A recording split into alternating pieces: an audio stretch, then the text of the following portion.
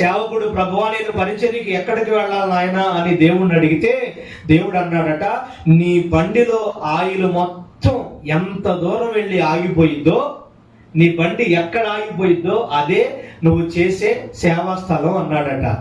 సరేనని బండిలో ఆయిల్ కొట్టించుకొని భార్యాభర్తలు ఇద్దరు ఆ కారంపూడి రూట్లో వెళుతా ఉంటే, కారంపూడి దాటినాక ఒక 4 కిలోమీటర్లకి ఒప్పిచెర్ల అనే ఊరుంది. ఆ ఊరు వెళ్ళిన తర్వాత బండి ఆగిపోయిందంట. ప్రభువా ఈ ఊరేనా నేను చేయాల్సింది, ఈ ప్రాంతమేనా నా కొరకు నువ్వు సిద్ధపరిచింది అని అంటే దేవుడు అన్నాడట, అవును నా కుమారుడా, ఇది నీ కొరకే, నువ్వు ఇక్కడ కదలాలి, నువ్వు ఇక్కడ పరిచర్య చేయాలి.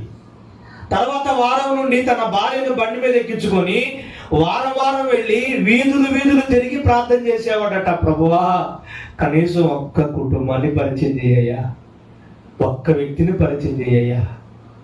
ప్రార్థన చేస్తే ఏడిస్తే దేవుడు ఒక సోదరిని పరిచయం చేశాడు. స్తోత్రం కలుగును గాక. ఈ సోదరిని పరిచయం అయిన తర్వాత ఆ సోదరి ఇంటిలో ప్రార్థన చేస్తా ఉండేవాళ్ళు 2 దైవజనులు వచ్చి.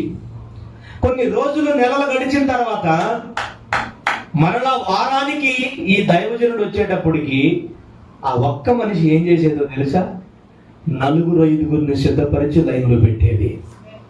ఆనాడు ఒక్క మనిషితో మొదలైన ఆ పరిచర్య ఈరోజు 300 సంఘంగా నా దేవుడు చేశాడు. కొట్టు గట్టిగా చప్పట్లు అర్థమైతే, ఒక్క మనిషితో మొదలైన ఆ పరిచర్యని దేవుడు ఈరోజు 300 సంఘాన్ని చేసి అనేకులకు దీవెనకరంగా అక్కడ పరిచర్య జరిగిస్తున్నాడు.